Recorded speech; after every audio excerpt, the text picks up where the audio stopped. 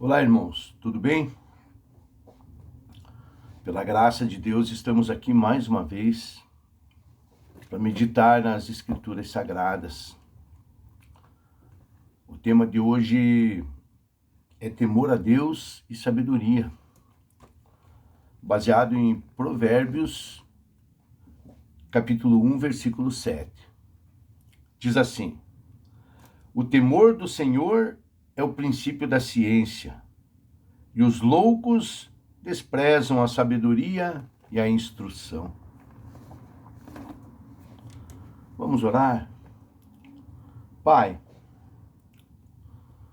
nós estamos aqui mais uma vez, reconhecendo a nossa fraqueza, sabendo que não somos autossuficientes, mas crendo quem és tu, um Deus eterno e poderoso que criou todas as coisas e as mantém pela tua palavra. Tu és santo e nós chegamos na tua presença temendo, tremendo, diante de tanta santidade. E suplicamos a ti, Senhor, que sejamos iluminados pelo Espírito Santo para transmitir a tua palavra, para meditarmos, para compreendermos, Senhor. Que o Senhor capacite cada um de nós, tanto para falar quanto para ouvir, e que os nossos corações possam ser cheios, Senhor, com a tua presença, com a tua palavra, com a tua sabedoria, e que possamos crescer um pouco mais, nos tornarmos mais maduros e nos aproximarmos um pouco mais do caráter de Jesus Cristo. Mas sozinhos não conseguimos, Senhor. Precisamos de Ti, somos carentes e dependentes do Senhor. Ilumina-nos, Senhor. Fala conosco e nos ajude.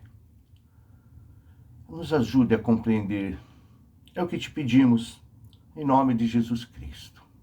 Amém. Provérbios 1:7 fala sobre ciência, instrução e temor a Deus. Ciência é o saber, é o conhecimento. Instrução é ensino, disciplina. Só os loucos e insensatos desprezam essas coisas. Vários homens escreveram provérbios, mas o principal deles foi o rei Salomão, filho de Davi. Salomão governou Israel por volta de 970 a 931 a.C., e nesse período, segundo Reis, ele escreveu 3.000 provérbios. Ele compôs 3.000 provérbios e foram os seus cânticos 1.005. 1 Reis 4:32.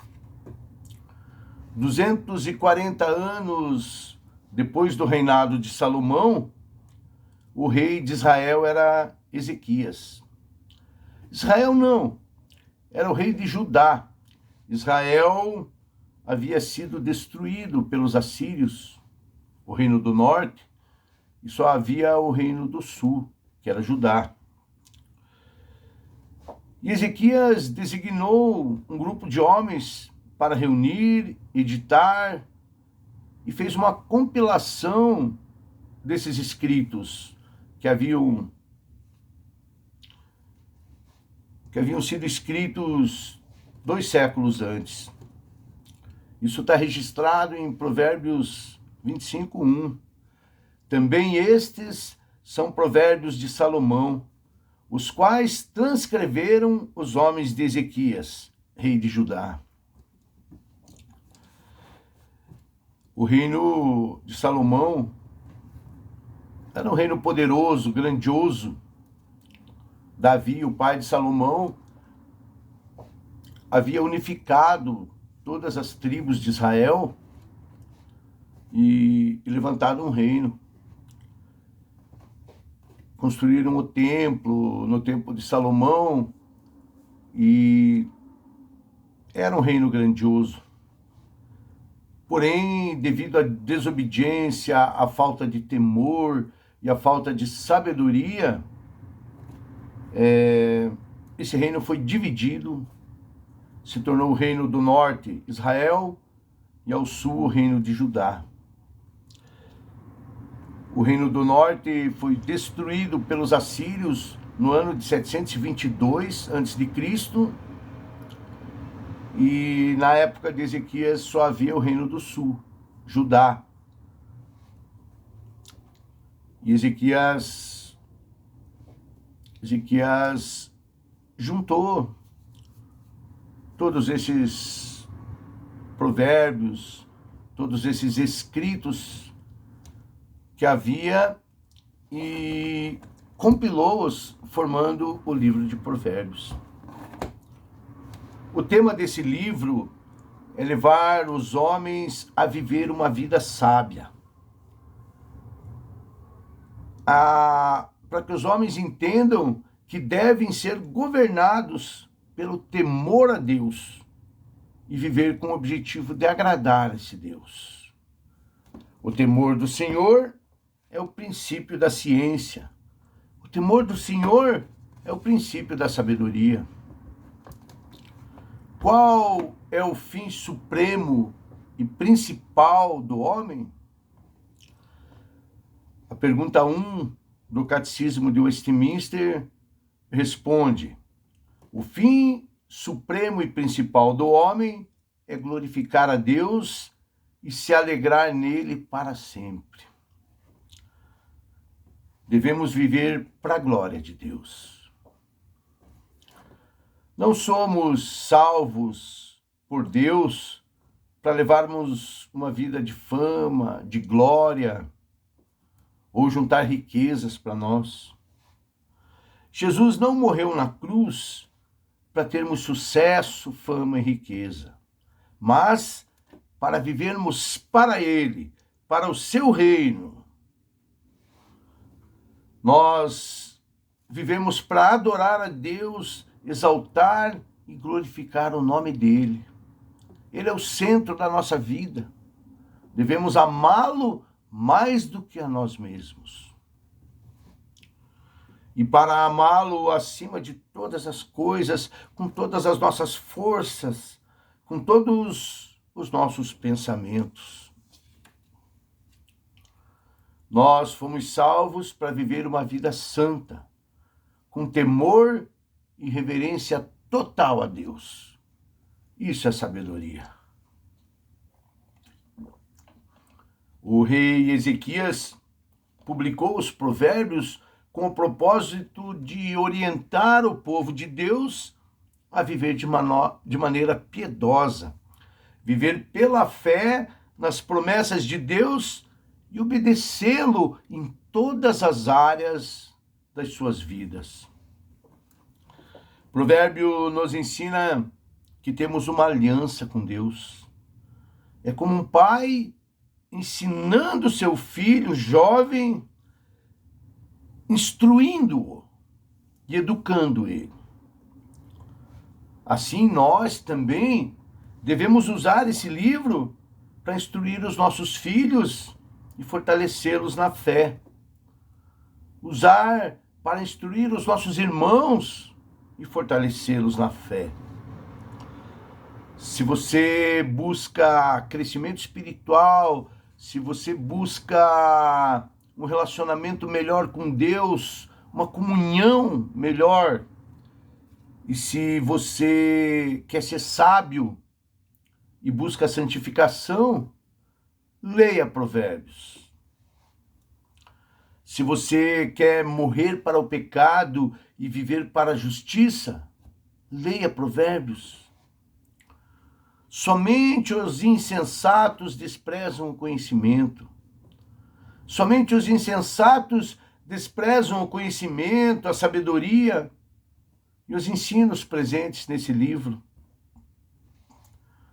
Somente os loucos não temem a Deus. O temor a Deus e a reverência estão acima de todas as coisas. Para quem tem consciência da presença de Deus em suas vidas, deve ter consciência que somos miseráveis diante dele, diante da santidade, do poder, da majestade e da glória de Deus. E devemos nos aproximar dele, temendo e tremendo, com reverência total, com respeito total. Ao mesmo tempo também que Deus é um Deus que está no universo inteiro, onipotente, onisciente e onipresente, um Deus grande e poderoso. Ele também é nosso Pai. Ele nos convida a nos relacionarmos com Ele com intimidade. Ele nos deu um presente maravilhoso, que é a salvação. Nos adotou como filhos e nos chama, por meio de Jesus Cristo, para termos um relacionamento com Ele. E nos dá o direito de chamá-lo de Pai. Pai, aquele que provê as nossas necessidades, aquele que nos protege, que nos acolhe em seu colo. Quando levantamos os braços, é como uma criança pedindo algo para o Pai, implorando: Pai. Mas temos que fazer isso com temor, com respeito. O temor do Senhor e a reverência estão acima de todas as coisas. Deus é santo e se revelou aos homens em toda a sua santidade, em todas as situações, em todas as circunstâncias da vida. Deus é santo e temê-lo é viver na realidade. E viver na realidade de Deus afeta profundamente o modo como o adoramos, afeta profundamente a nossa ética e o nosso modo de vida. Temer a Deus é ser sábio. Ser sábio é viver de modo que o agrade e que o glorifique. Glorificar a Deus não é gritar na igreja. Glorificar a Deus é viver de modo digno, reto, justo, buscar santidade, honestidade, e obedecer a Deus e fazer a sua vontade, sempre com humildade, com retidão, com amor.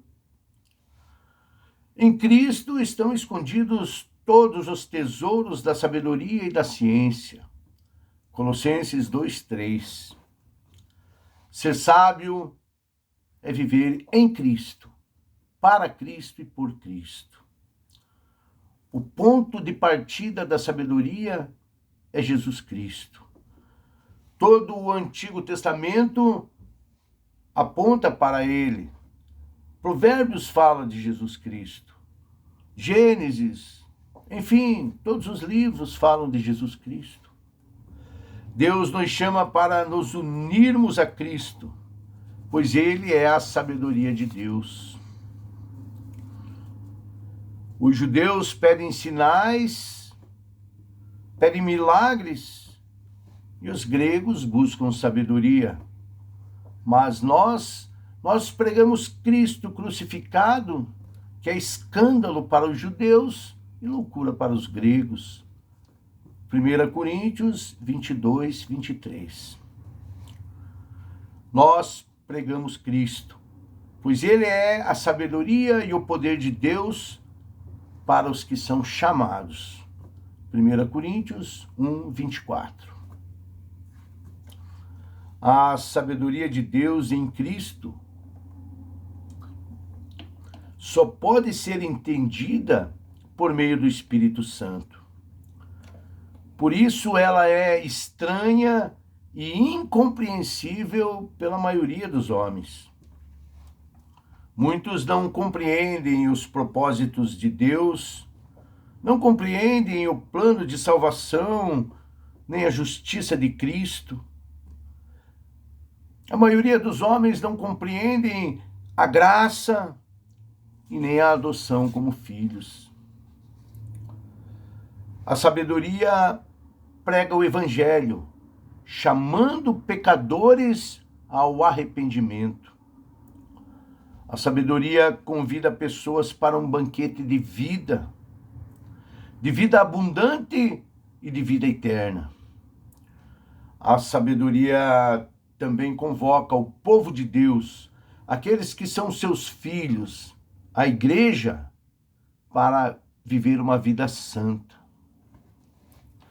A sabedoria é Cristo, e somente em Cristo é possível uma vida prática de santidade.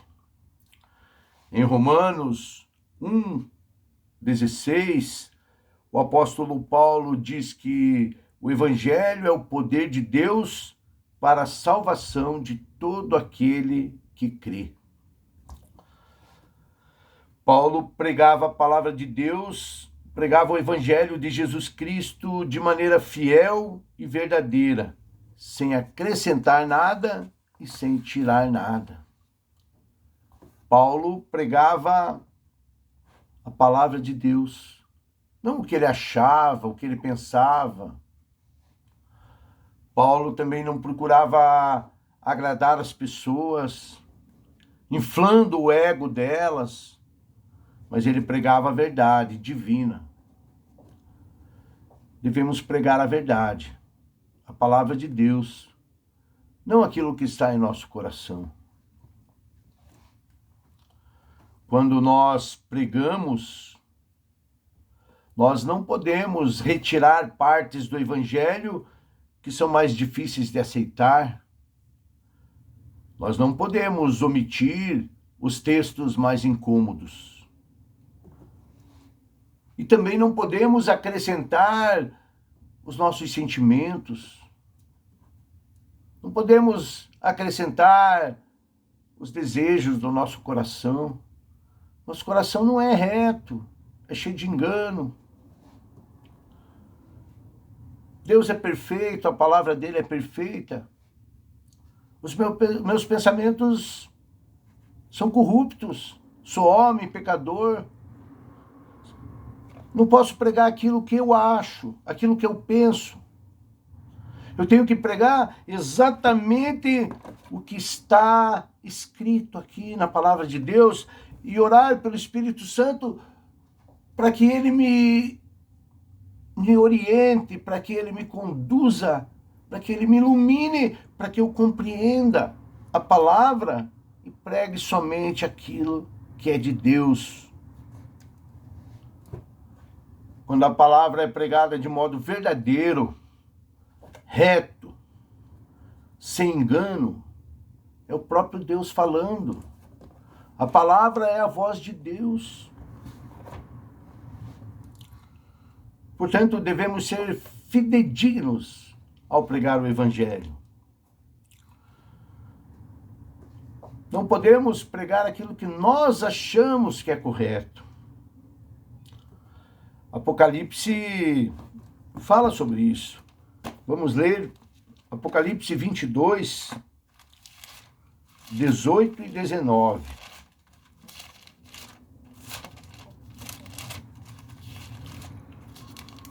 Diz assim: porque eu testifico a todo aquele que ouvir as palavras da profecia deste livro, que, se alguém lhes acrescentar alguma coisa, Deus fará vir sobre ele as pragas que estão escritas nesse livro. E se alguém tirar quaisquer palavras do livro desta profecia, Deus tirará a sua parte da árvore da vida e da cidade santa que estão escritas neste livro. É uma palavra pesada. Quantos homens estão pregando coisas que não são bíblicas, enganando o povo? A palavra fala que haveriam falsos mestres, homens que enganariam as pessoas. Paulo fala muito sobre isso, João fala, Pedro fala, Jesus falou que haveriam falsos mestres, falsos profetas. E muitos de nós ouvem esses falsos profetas porque eles são famosos, porque eles te agradam, porque eles agradam o ego das pessoas. Às vezes uma palavra verdadeira, ela fere os nossos sentimentos, fere o nosso coração. Na hora ela nos machuca, é uma repreensão. Mas no final são palavras de vida, que nos trazem crescimento, maturidade, que nos salvam. Somente o evangelho verdadeiro tem o poder de salvar o homem perdido. Autoajuda. Essas palavras vãs, fúteis, banais, vazias, enchem a pessoa de emoção, mas não trazem crescimento, não trazem edificação, não trazem salvação. Leia a Bíblia. E quando ouvir uma pregação, confira nas Sagradas Escrituras. Faça como fazia o povo de Bereia. Eles conferiam até o que o Paulo falava, para saber se era verdade aquilo. Os provérbios nos ensinam a experimentar a sabedoria e a disciplina de Deus. O livro de Provérbios nos ajuda a compreender as palavras que nos dão entendimento, que nos trazem crescimento, que nos fazem mais sábios e que nos levam para mais perto de Deus, que nos levam a uma vida que o agrade e que o glorifique. As Escrituras nos ensinam a viver com disciplina e ser sensatos, fazer o que é justo, direito e correto. A palavra de Deus nos ensina a ser prudentes e ter bom senso. Se nós a ouvirmos, teremos mais conhecimento e poderemos fazer a vontade de Deus e viver para o seu reino, fazer a sua vontade e agradá-lo. Lendo e ouvindo a palavra de Deus de modo genuíno,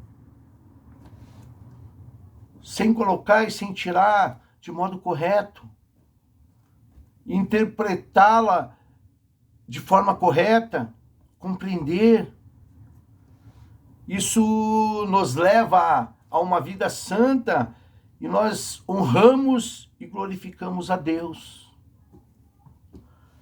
Precisamos nos aprofundar para compreender a palavra de Deus, adquirir conhecimento e sabedoria, ser zelosos, disciplinados e temer a Deus, temer e tremer diante da grandeza, da majestade, da perfeição e da santidade daquele que nos criou e daquele que nos chamou, que nos fez filhos, o nosso Pai Celestial.